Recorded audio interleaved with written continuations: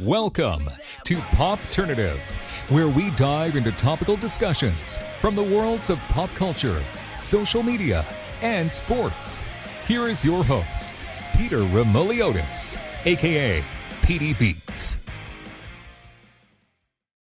PD Beats here from Popternative, speaking to Johanna Braddy about Saving Paradise, which is going to be available in select theaters and on demand September 3rd. Thank you for doing this. Welcome to the show. Oh my gosh, thank you for having me. It's always exciting when a movie comes out. We talked about it before we started. I mean, you shoot it and then you finally, sometimes it's long, sometimes it's short, but you find out when it's coming out and everything. How's that been with this film that people are going to finally be able to see it? Oh, I'm so excited. We shot this quite a while ago, before COVID. So it's been a long time coming, and I love this project so much and everyone involved.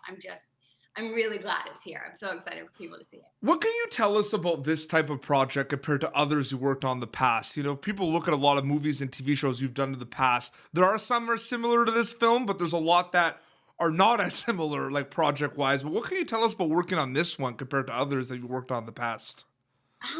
You know what? This one, it's very much an indie with a huge heart. Yep. I'm not sure. I haven't done a whole lot of projects that were based on truth, but Saving Paradise is about our writer. It's his story. It's his life. And it has the ultimate themes that I think are so important in life that, money and fame and wealth doesn't matter. It's about family and community and people. And I just think stories like that never get old. It's almost like, it's interesting, like with biopics, like based on a true story where, there's always, I feel like that pressure where you're making a movie based on things that happen and based on real people. That's always I find a tricky thing, but a lot of people knock it out of the park, but that's always that could be stressful. I feel like there's pressure. Yeah, for sure. Fortunately, Van was so excited every day and loving everything. So I think that made us feel really good. But it was so neat to have the person there that you're acting out his life in front of him. It was a really cool experience. When people get the chance to see it, have you thought about takeaways? What you hope they get out of it when they watch this film? Because they're about to be able to see it very soon. It's going to have a theatrical run. It's going to be available on demand as well. What do you hope they get out of it when they watch Saving Paradise, Johanna? Honestly, I hope they get what I got out of it when I read it. Just a reminder of what's important, because it's so easy to get caught up today and being successful and this and that and your Instagram, what this looks like. But ultimately, at the end of the day, what matters is family and people and community. And I just hope it reminds people of that. Absolutely. We're obviously talking about a film. You've been able to be in a lot of amazing TV shows. I just find it interesting as well because we are in the digital age of content, but they're saying we're in kind of the golden era of television right now. Shows like UnREAL and Quantico that you worked on in the past. Does it blow your mind that content now is also becoming more global, where people have access to these shows that they wouldn't have before? That's a pretty crazy thing to think about too. Oh yeah, it's awesome. I mean, just when you pop open Netflix, you can see stuff from all over the world. And we're definitely benefiting from it. Yeah, it's crazy. It's crazy to know what kind of reach things have nowadays. Obviously, you're a storyteller. That's what you do. You go where the opportunities go, and everything. And a lot of people say, what do you do for a living? Oh, I play pretend for a living. That's what it is. But it's pretty cool to look back, though, that you have had an opportunity to play a lot of different characters, to be in a lot of different roles as well. Have you ever thought about that at all? Because that's pretty cool, too. Yeah, I mean, I feel fortunate every single day.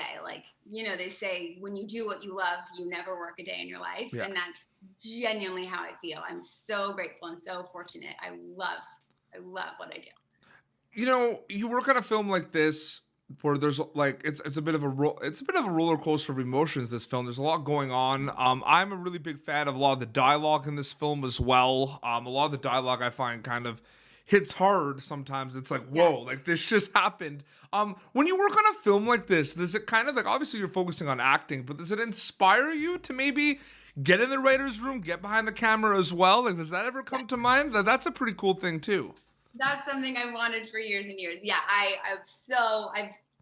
I've started writing, nothing that's being made, but I would love to direct one day. I've been able to shadow a couple of television shows and I've loved it.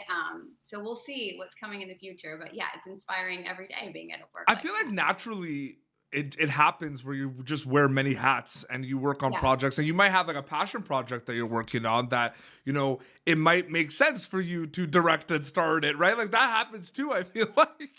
Oh, totally, totally. And I think the best content comes that way when it's personal to the person, you know? Does it depend on the roles in terms of how you prepare for certain roles? Like you go in, you know, before you get the role, obviously you audition, you have a certain thing you do, but you know, you look at your role in like UnREAL and then Quantico and in this film, is it depend on the project, or do you kind of have like a routine or a way to kind of tackle a role? I think I have some things that I definitely do for everything, but yeah, depending on the role, like it's a lot of the research changes. For UnREAL, I had never watched The Bachelor, but I watched a full season of The Bachelor just to be like, oh, okay, to try to understand these women and where they're coming from and what that experience was like. And then for Quantico, like we actually got to like speak with and work with people who were actually in the FBI. So it changes for every project. I think the thing with UnREAL that was crazy was when season 1 came out, I was actually interviewing a lot of people on the show that were on like the current season, The Bachelorette. And I remember like asking them, I'm like, you know, I'm watching this show UnREAL. It seems pretty intense and far-fetched. And a few of them were like, it's not as far-fetched as you would think. Isn't that crazy? Right, yeah. Wow. Yeah. Wow. Well, obviously, there's some things that are really over the top in that show that did happen. Yes. Thankfully, didn't happen. Yes. I just want to, is that's where you two met, right? Like you and Freddie? Yeah. I just double checked because you never know. Like you were both on that show, but like that was the show you met on, right? Yes, yeah, we met on a show about a reality dating show. It's so hard we explained it to people. We're like, no, it wasn't. We didn't meet on a reality show. It was a show about a reality show. So he was the Bachelor. I was the contestant. Yeah. Absolutely.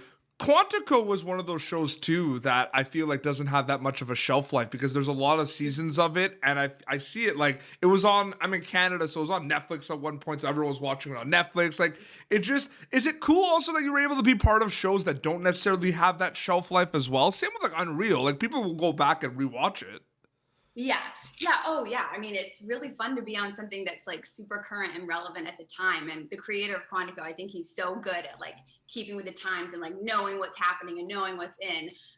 It's really fun to be a part of stuff like that. Getting back to Saving Paradise, what were some learning experiences for yourself working on this film? I mean, anytime, whether you've been working for like 1 year, 20 years, anytime you tackle a new project, there's gonna be learning experiences. So what was that like learning experience wise for this film? You know what? I really think I learned a lot from our director, Jay. He's just this like loving person who's so prepared and so driven and like obviously wants us to get everything done right, but he does it with this huge smile on his face. And just seeing how that set the tone for this set, like I don't know if I've ever been on like a happier, more fun set. And that's just something I want to take and continue on adding to the stuff that I do. I want to be like him. I would love to have an effect like he did. I think people see the trailer for this film and they're going to expect, you know, some romance, some rocky kind of things that happen. But it's interesting because I'm watching this film and obviously it's got that romantic aspect of it and it's got a lot going on and it focuses on relationships and a lot of decisions. I got the decision making. I think a lot of characters had to make decisions in this film that might not be easy decisions. You know what I mean? Oh yeah, absolutely. I mean, put yourself in Michael's shoes. It's not an easy position. Fortunately, I think for me, Charlie, like she knew what she wanted from day one. Yeah. So she was just like a train going for it. But yeah, a lot of characters have a lot of tricky decisions. In terms of trends in storytelling and filmmaking and TV shows these days, would you say, is it safe to say that the ones that are kind of hitting hard and the ones that are being made right now are the ones that hit hard because it is like real life and it feels real and it could happen and you can relate to it? Like I'm wondering if that seems to be a lot of the shows right now and the movies out there. Like they're pretty real.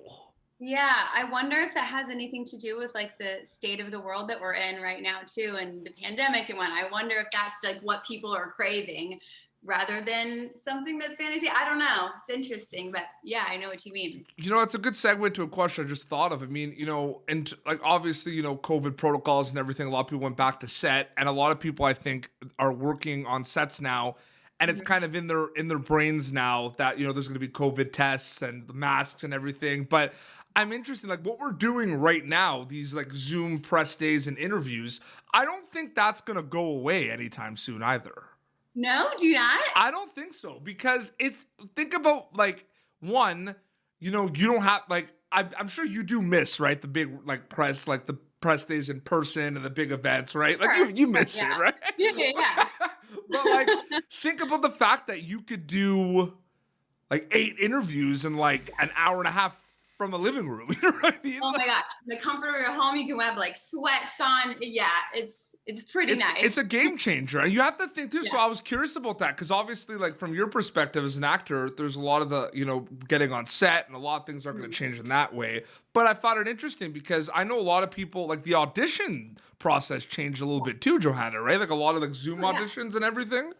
Zoom audition, taped auditions, like you're not going face to face anymore, at least not right now. Yeah, it's a totally different game, but it's fun too because it's just something new to play with and learn. But I think the virtual press days are here to stay because of the financial aspect of things, but also the reach. Like you're able to do like, 60 spots in like a day from all over the world that don't have to kind of fly in anyone. Like I find that's a really interesting thing. True. Yeah, absolutely.